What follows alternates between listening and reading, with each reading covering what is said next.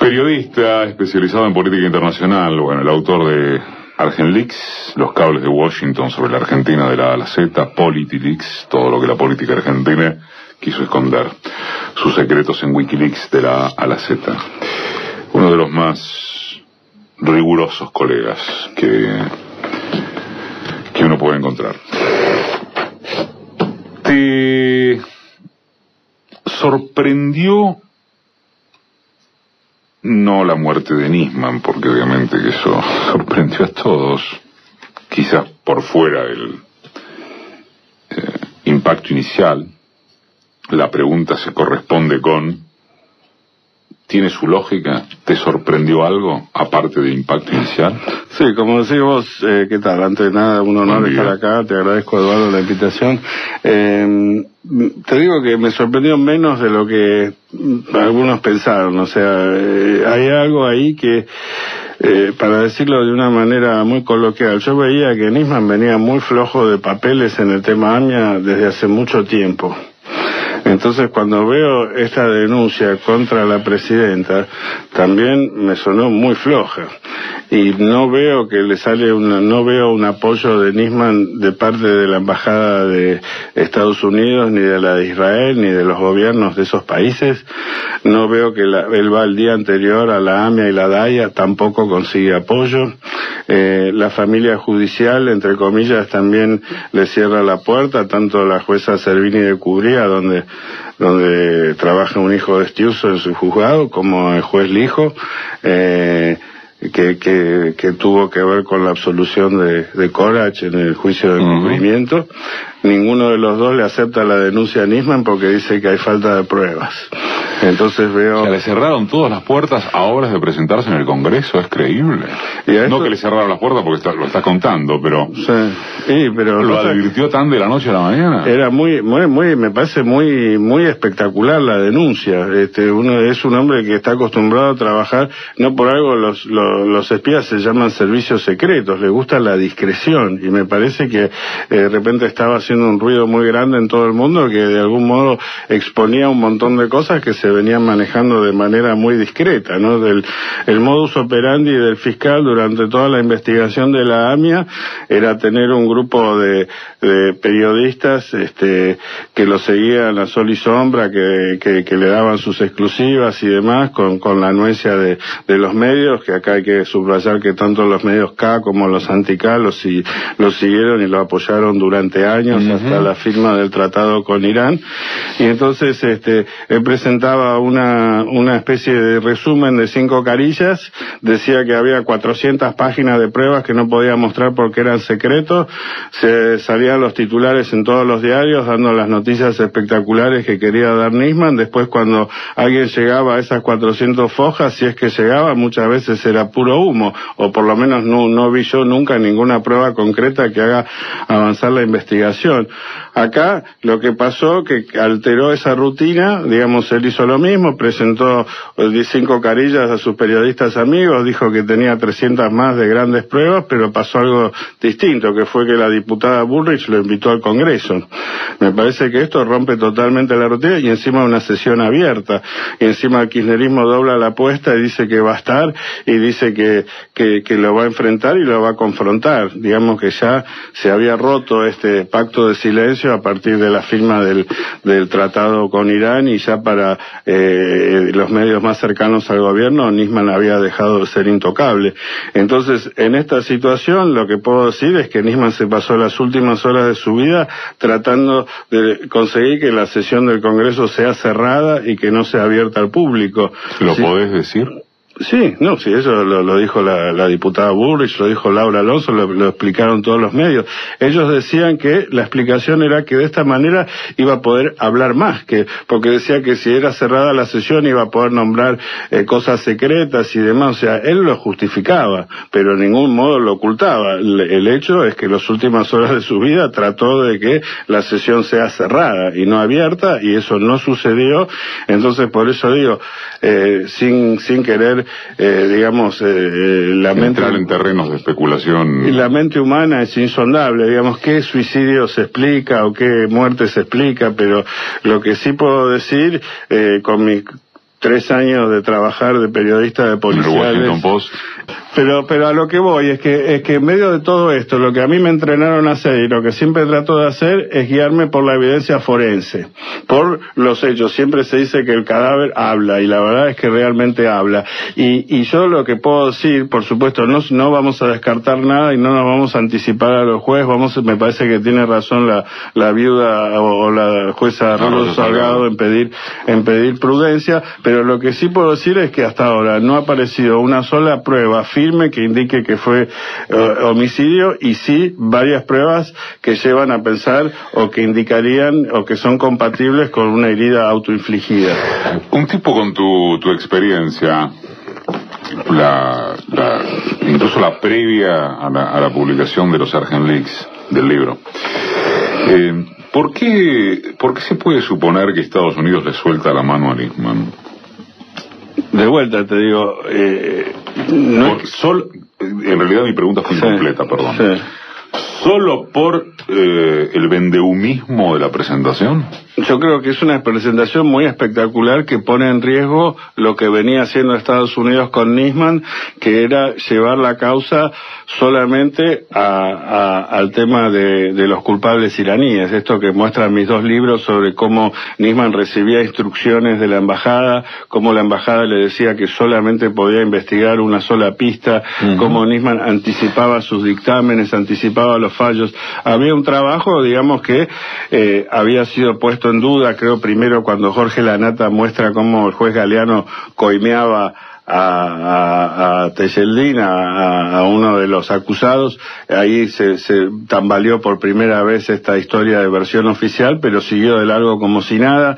Después, bueno, del mismo modo en que se demostró, también estuvo el caso de la investigación de Levina, que yo creo que es la más completa. A eso iba. Antes que lo de la Nata, Traffic, que no existió. Antes de la Nata tenemos 3 libros, lo de la Nata Joe Goldman, el de Gabriel Levinas, que muy bien marcás, y el de Juan José Salinas. Exacto. Que si bien Juan José Salinas en su libro dice que la Traffic existió, luego se desdice públicamente y dice que fue por presiones de la AMIA que le había contratado, y públicamente tuvo la valentía de reconocer de que no creía en la pista de la Traffic. Entonces, hay un verso oficial o una historia oficial que empieza hace 20 años que dice que la AMIA fue volada por un coche bomba por una célula de Hezbollah actuando en la Argentina, de la cual nunca se ha visto ni un solo rastro, con apoyo logístico desde la triple frontera por orden de los iraníes. Esta historia, como bien decís vos, desde el primer momento los autores de las investigaciones más serias sobre el tema dicen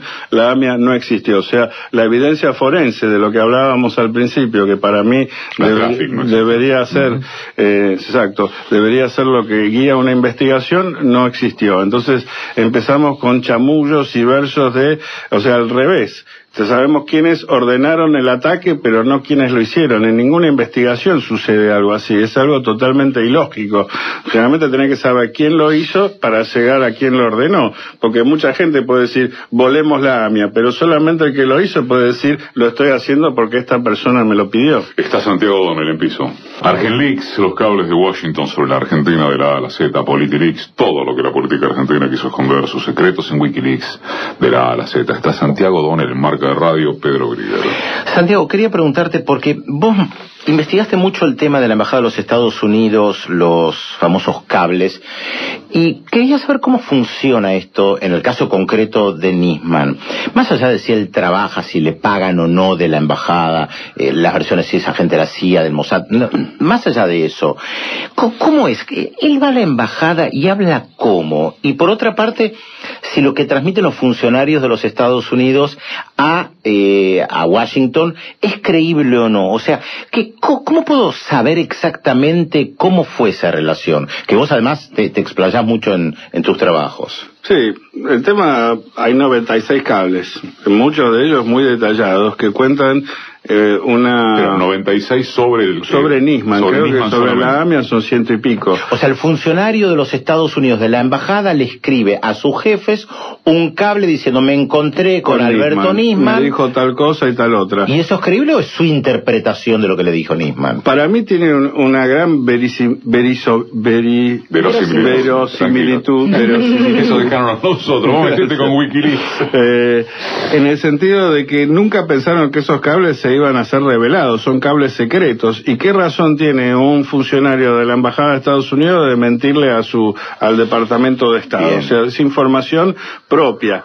Después, lo otro que es notable, si te digo que hay 110, 120 cables de la AMIA y en 96 son protagonizados por Nisman, claramente el hombre que llevaba la información a la embajada, el contacto, el que servía de puente entre la embajada y la causa, no era el juez Canicova Corral, que dicho sea de paso hay un cable que lo describe como una persona torpe o de pocas luces, sino que era claramente Nisman. Yo cuando sale el libro me cita y lo voy a ver y él me hace un poco la pregunta que haces vos o de algún modo me quiere plantear de alguna manera. Pues yo decía, bueno, para mí una persona que anticipa sus dictámenes y que anticipa los fallos del juez a una embajada, a un país extranjero, si está, no soy abogado, pero si está al borde del prevaricato.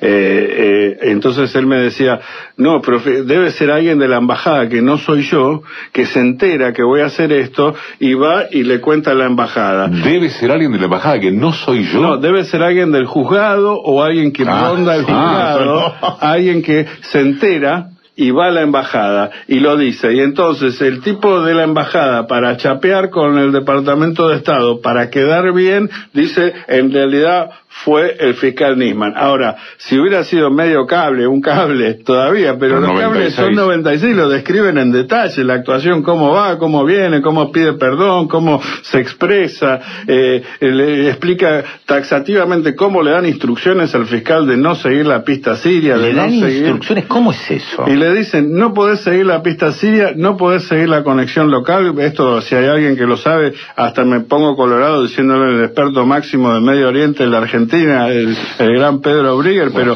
vos lo sabés mejor que nadie que en el año 2006-2008 había una campaña muy fuerte de Estados Unidos, de George Bush, de aislar internacionalmente a Irán, de sancionarlo económicamente, y para los Estados Unidos era muy importante generar la imagen de Irán como país terrorista. Ahora Irán es un país, digamos, con un régimen negacionista que ha pedido la destrucción de Israel y viola los derechos humanos. O sea, muchas cosas no son muy simpáticas de Irán, pero dicho esto, no se conocen muchos casos de atentados terroristas, corregime Pedro, vos que sos el que más sabe, atribuidos a Irán fuera de Medio Oriente. No hay. Con lo cual, era muy importante para Estados Unidos, si bien no había habido ningún juicio condenando a los iraníes, que haya una imagen internacional de que Irán había promovido el terrorismo a través de los atentados a la AMIA y la embajada.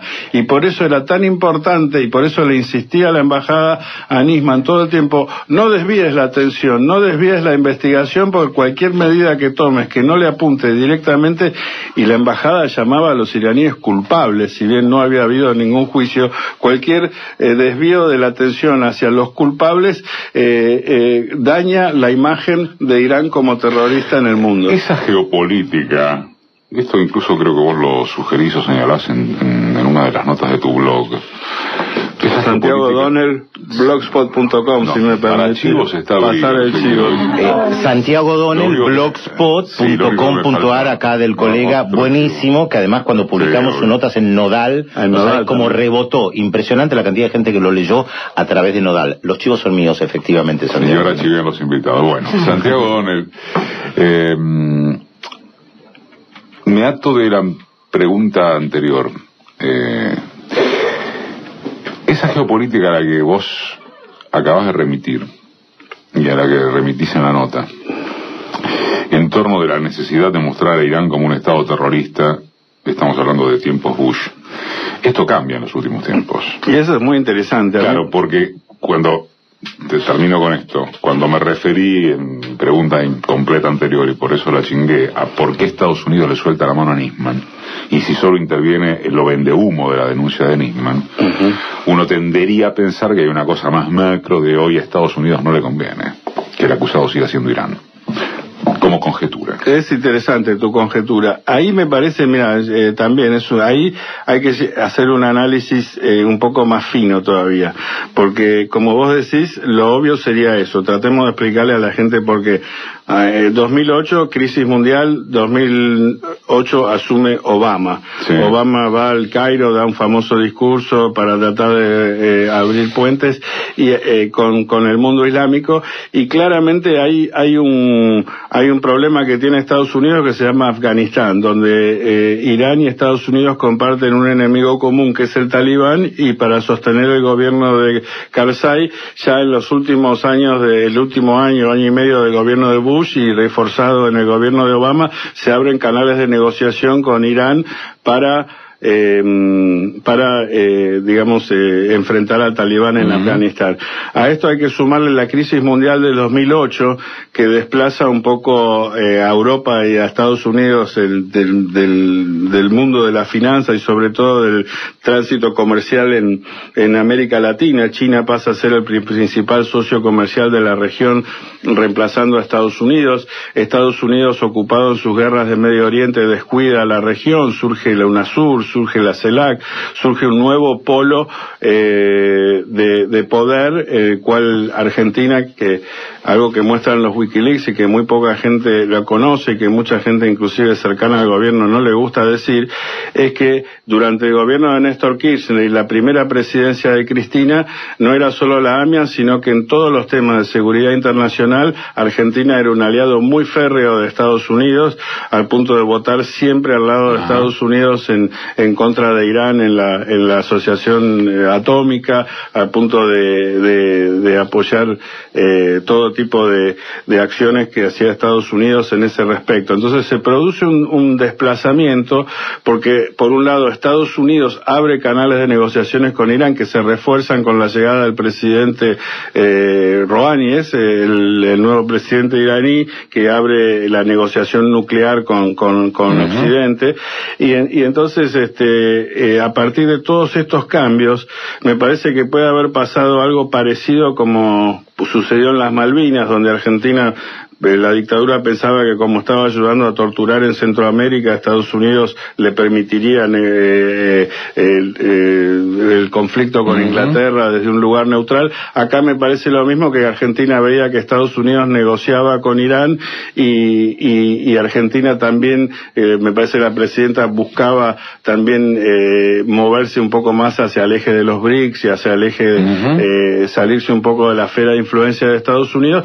y habrá pensado que no le iba a molestar tanto a Estados Unidos, ya que ellos hacían lo mismo, que Argentina negocie con Irán. Te agrego un dato, Santiago. El Wall Street Journal acaba de publicar que el líder supremo de Irán, el Ayatollah Khamenei, le envió una carta secreta a Obama. Miramos. Bueno, y ayer estuvo el Papa con el vicepresidente de Irán. Me parece que son datos que van en ese sentido. Ahora, lo que yo iba es lo siguiente. Cuando Argentina inicia esta negociación, me parece que lo que hay que tener muy en cuenta es quién es la gente que maneja el tema Latinoamérica en Estados Unidos. Y ahí me parece que el Departamento de Estado, sobre todo el escritorio latinoamericano, está colonizado por 30 años de relaciones signadas por el enfrentamiento con Cuba. Entonces ahí debe ser la Secretaría de Asuntos Hemisféricos, de Hemisferio Occidental. Ahí hay tipos como Otto Reis y Roger Noriega, viejos conservadores que están todo el tiempo en esa secretaría, influyen mucho en la burocracia, en las segundas líneas, que siguen siendo muy conservadores, y una cosa que muestran los Wikileaks es que casi no hay presencia de Al Qaeda en América Latina, o no hay preocupación del gobierno americano sobre Al Qaeda en América Latina. Entonces el enemigo que reemplaza a Cuba es Irán para los latinoamericanistas conservadores que han colonizado el escritorio latinoamericano del Departamento de Estado. Entonces hay un giro a nivel mundial que no se traduce al patio trasero, donde Latinoamérica, no siendo un tema prioritario para Estados Unidos, es manejado por una burocracia que sigue pensando que Irán es un país con el cual no pueden haber relaciones, digamos, entre países de segunda línea.